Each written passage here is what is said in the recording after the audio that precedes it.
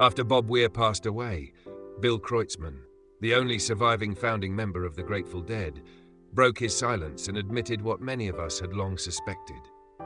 For more than 24 hours, Kreutzmann said nothing, leaving the world full of questions. And when he finally spoke, what he revealed sent shockwaves through the entire legacy of the Grateful Dead. It turns out that behind the image of a happy family were brutal conflicts, bloody legal battles, and the truth that the Grateful Dead truly died in 1995. What really happened? We're about to uncover the truth right now. On January 10, 2026, Bob Weir passed away at the age of 78 after a battle with cancer and pulmonary complications, leaving Bill Kreutzmann in a position of profound isolation, the sole surviving founding member of the Grateful Dead. Since 1965, every other member has passed away. Ron Pigpen, McKernan in 1973, Jerry Garcia in 1995, Phil Lesh in October 2024, and now Bob Weir. What stood out most was Kreutzmann's strange silence following Weir's death. While John Mayer, Mickey Hart, and countless other artists rushed to post tributes, Kreutzmann remained completely silent for more than the first 24 hours. No social media posts, no public statements, no interviews. This heavy, deliberate silence led many to wonder whether there was something deeper than grief at play. When Kreutzmann finally spoke on January 12 through Rolling Stone, he confirmed what many had suspected for years. With Weir's death, Kreutzmann did not just lose a bandmate, he lost the last person who could share a unique musical language forged through 2,300 performances, thousands of hours of rehearsals, and nearly 60 years on the road together. Now, he is the only one left who knows the full, unfiltered truth. The story began on New Year's Eve in 1963, when a 16-year-old Bob Weir walked into Dana Morgan Music in Palo Alto and met Jerry Garcia. That fateful meeting led to the formation of the Grateful Dead in 1965. But a little-known detail, at their very first performance, both Weir and Kreutzmann were underage. Kreutzmann had to use a fake draft card to enter the venue, while Phil Lesh had to promise Weir's mother that he would take Bob home to do his homework after the show. However, things were not always smooth. In 1968, Jerry Garcia and Phil Lesh actually decided to fire Bob Weir from the band due to doubts about his musical ability. They believed Weir's rhythm guitar playing was too simple and that he was not progressing fast enough. Kreutzmann recalled the moment as a shock, but as the drummer, he had little say in the decision. Instead of giving up, Weir turned the pain into motivation. He locked himself in rehearsal rooms for hours every day, studying jazz and classical music, developing a unique playing style by mimicking the piano. The result was a stronger return. Weir became an indispensable backbone of the Grateful Dead. The near firing in 1968 shaped him forever, but it also created a wound that never truly healed. August 9th, 1995 was the day everything changed forever, not just for the Grateful Dead, but for a global community of millions of deadheads. Jerry Garcia, the man widely regarded as the soul of the band, died of a heart attack at the age of 53 at a drug rehabilitation facility in Marin County. His sudden death devastated not only fans, but also the remaining band members, who had spent nearly their entire adult lives making music alongside Garcia. Bill Kreutzmann, now, nearly 30 years later, has finally admitted a truth he kept buried for decades. For him, the Grateful Dead truly ended the moment Jerry Garcia took his last breath. Everything that came after, whether called The Other Ones, Further, or Dead and Company, was no longer the real Grateful Dead. They were only fragmented pieces of something that was gone forever, sincere efforts that could never recreate the original magic. Immediately after Garcia's death, the remaining members faced a painful and deeply divisive question: should the Grateful Dead continue? That seemingly simple question triggered one of the most brutal internal conflicts in rock history. Bob Weir and Mickey Hart, the band's second drummer, believed the band should continue in some form. Their reasoning appeared noble. They wanted to honor Garcia's legacy by keeping his music alive, and they felt a responsibility to the Deadhead community, people who had devoted their lives to following the band. Phil Lesh, often considered the musical brain of the Grateful Dead, held the opposite view. Lesh believed that continuing under any name connected to the Grateful Dead without Jerry Garcia was a betrayal, an act of disrespect toward their fallen friend. He publicly accused Weir and Hart of selling out, claiming they were exploiting the Grateful Dead name for money rather than protecting artistic integrity. Kreutzmann described these accusations as deeply painful and damaging. Weir and Hart were not trying to profit unethically, they were trying to keep an essential part of their lives alive. But Lesh could not, or would not, see it that way. From there, tensions escalated in ways no one could have predicted. In a 1998 interview, Mickey Hart publicly criticized Phil Lesh, calling him selfish and extremely difficult to work with. Hart accused Lesh of placing personal ego above the community, of refusing to allow the music to continue for reasons unrelated to art. Lesh responded by cutting off all communication with Hart and the others. For years, they communicated only through lawyers, turning musical brothers of decades into bitter strangers. In 2000, the conflict reached its peak with a vicious legal battle over the Grateful Dead's recording archives. This archive was a priceless cultural asset. Thousands of hours of live recordings from more than 2,300 performances, documenting every moment of the band from 1965 to 1995. Bob Weir, Mickey Hart, and Bill Kreutzmann wanted to create agreements to release these recordings systematically, believing it would benefit fans while also providing necessary income for members and their families. Phil Lesh fiercely opposed the plan.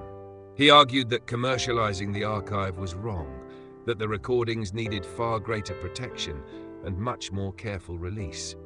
The dispute became so ugly and personal that Phil Lesh published an open letter on his personal website declaring that he would never again share a stage with Weir, Hart, and Kreutzmann.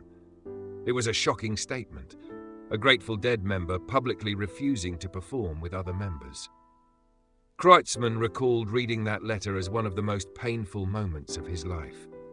This was Phil Lesh, the man he had played music with for 35 years, someone he considered a brother, now publicly declaring he would never stand on stage with him again.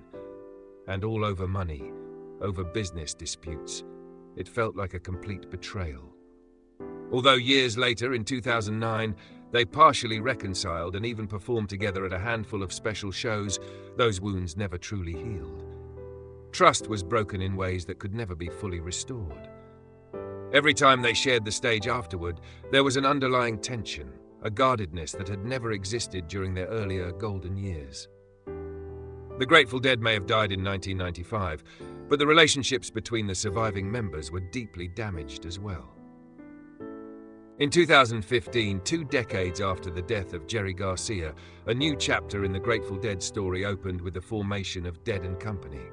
This new lineup included Bob Weir, Mickey Hart, Bill Kreutzmann, along with 3 younger musicians, most notably John Mayer, a new generation pop rock star who took on the role of lead guitarist in place of Jerry Garcia.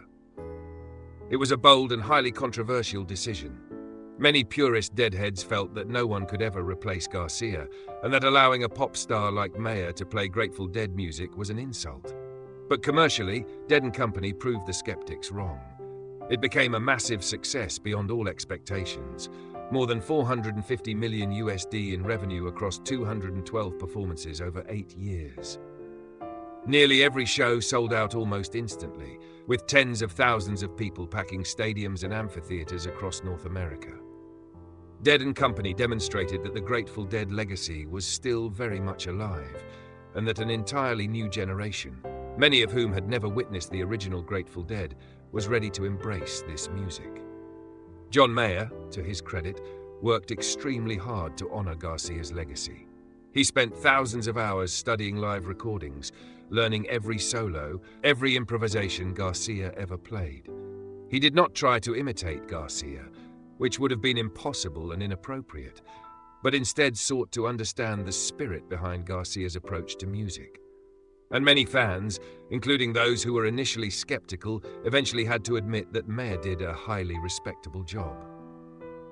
But for Bill Kreutzmann, who played drums at every Dead & Company show from 2015 to 2023, the enormous commercial success could not mask a deep and growing feeling that something was wrong, something incomplete.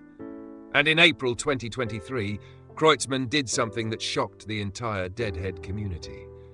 He abruptly announced his departure from Dead & Company in the middle of the band's final tour. The official statement from management said that Kreutzmann left for health reasons, and there was undeniably some truth to that. At age 77, sitting behind a drum kit for 2 to 3 hours every night, night after night, touring the country with long flights and constant time zone changes, was indeed a massive physical challenge. But many within the music world suspected there was more to it, deeper reasons that Kreutzmann did not want to make public at the time. Now, in interviews following Bob Weir's death, Kreutzmann has finally spoken openly about that mysterious departure. He admitted that health was a significant factor, but not the entire story. There has long been speculation, never officially confirmed, that part of the reason Kreutzmann left was due to musical disagreements with John Mayer.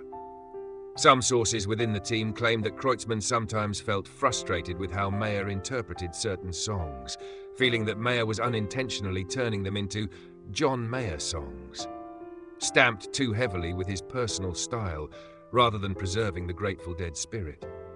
But Kreutzmann never publicly confirmed or denied these rumors. He only stated wisely that there is a fundamental difference between playing Grateful Dead music and being the Grateful Dead. You can memorize every note, but you cannot learn 50 years of shared history, nights sleeping on the same tour bus, the pain of losing friends together, or the magic of creating something out of nothing every single night. Equally revealing and deeply symbolic was Bob Weir's reaction to Kreutzmann's departure. In a 2025 interview, just months before his death, when asked about Bill Kreutzmann's current situation, Weir responded in an extremely dry and cold manner with just 4 simple words: "Bill is getting by." There was no warm tribute to 60 years of brotherhood, no sharing of cherished memories, no wishes for good health or hope of seeing each other again. Just those 4 cold words.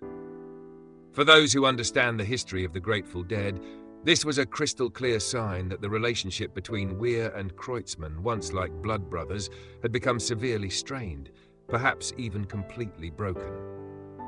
Kreutzmann went further than musical admissions in what may be his final revelations. He shattered a myth that many Deadheads had embraced and nurtured for decades, the image of the Grateful Dead as a happy family, bound by eternal brotherhood, perfect harmony, and absolute peace and love. The truth, according to Kreutzmann, was far more complex and far darker than that beautiful legend. He admitted that the Grateful Dead were never saints. They were not a utopian commune where everyone always loved each other, always agreed, always lived in harmony. They fought viciously. They sued each other in court. They publicly attacked one another in the press. They cut off contact for years at a time. They excluded one another from major business deals. They carried resentment, jealousy, and deep disagreements. They were human beings with big egos, insecurities, addiction issues, and all the messiness and imperfection that comes with being human. And then, in a moment of startling honesty, Kreutzmann revealed a dark chapter in his own personal history, something very few people in the public knew. In 1997, just 2 years after the devastating death of Jerry Garcia, Bill Kreutzmann was arrested and later served time in jail for domestic violence. It was a painful and deeply shameful truth that he had tried to keep hidden for nearly 3 decades. This admission is important because it humanizes the Grateful Dead in a way that Deadhead culture often avoids. There is a tendency within the fan community, an understandable one, to idolize the band members, to see them as flawless symbols of peace, love, harmony, and enlightenment. But Kreutzmann is reminding us, painfully but honestly, that they were just human beings. Human beings with serious problems, major failures, and actions they regretted for the rest of their lives. When speaking about Bob Weir personally, Bill Kreutzmann's tone shifts noticeably. The harsh bluntness is still there, but now it is layered with deep emotion, with a pain he does not try to hide. Kreutzmann describes Weir as someone who never gave up. When Garcia died, when Phil refused to play with them, when Kreutzmann himself walked away from Dead & Company, Bob Weir stayed and kept going. He kept the flame of the Grateful Dead alive for 30 years after Garcia's death, even while facing his own personal demons, health problems, and ultimately cancer. The story of Bob Weir's battle with cancer, diagnosed in July 2025, and his resolute decision to still perform 3 nights at Golden Gate Park in August has already become legend. Kreutzmann reveals that he tried to convince Weir not to go on stage in that condition, that he had already given enough, that it was time to rest and focus on treatment. But Weir refused. He said the stage was where he belonged, and if he was going to leave this world, he wanted to leave it from the stage, not from a hospital bed. Those 3 nights at Golden Gate Park, where nearly 180,000 people gathered, became Bob Weir's final musical testament. Although he had undergone chemotherapy just weeks earlier, although his body was weakening by the day, he played with an energy and passion that left everyone astonished. And on the 3rd night, the final night, after performing playing in the band, Weir left the world with one last message. Take care of each other out there. That's what it's all about. Kreutzmann believes that this was not just good advice, it was Bob Weir's core life philosophy and also the true essence of the Grateful Dead. Grateful Dead was never just about music. It was about community, about taking care of one another, about creating a space where everyone belonged, where everyone was accepted. One lesser-known aspect Kreutzmann revealed was Bob Weir's view on death.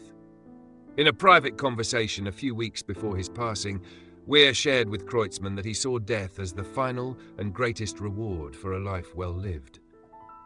Weir was not afraid of death. He saw it as a transition, just as he saw music as something that never truly stops, but only changes form.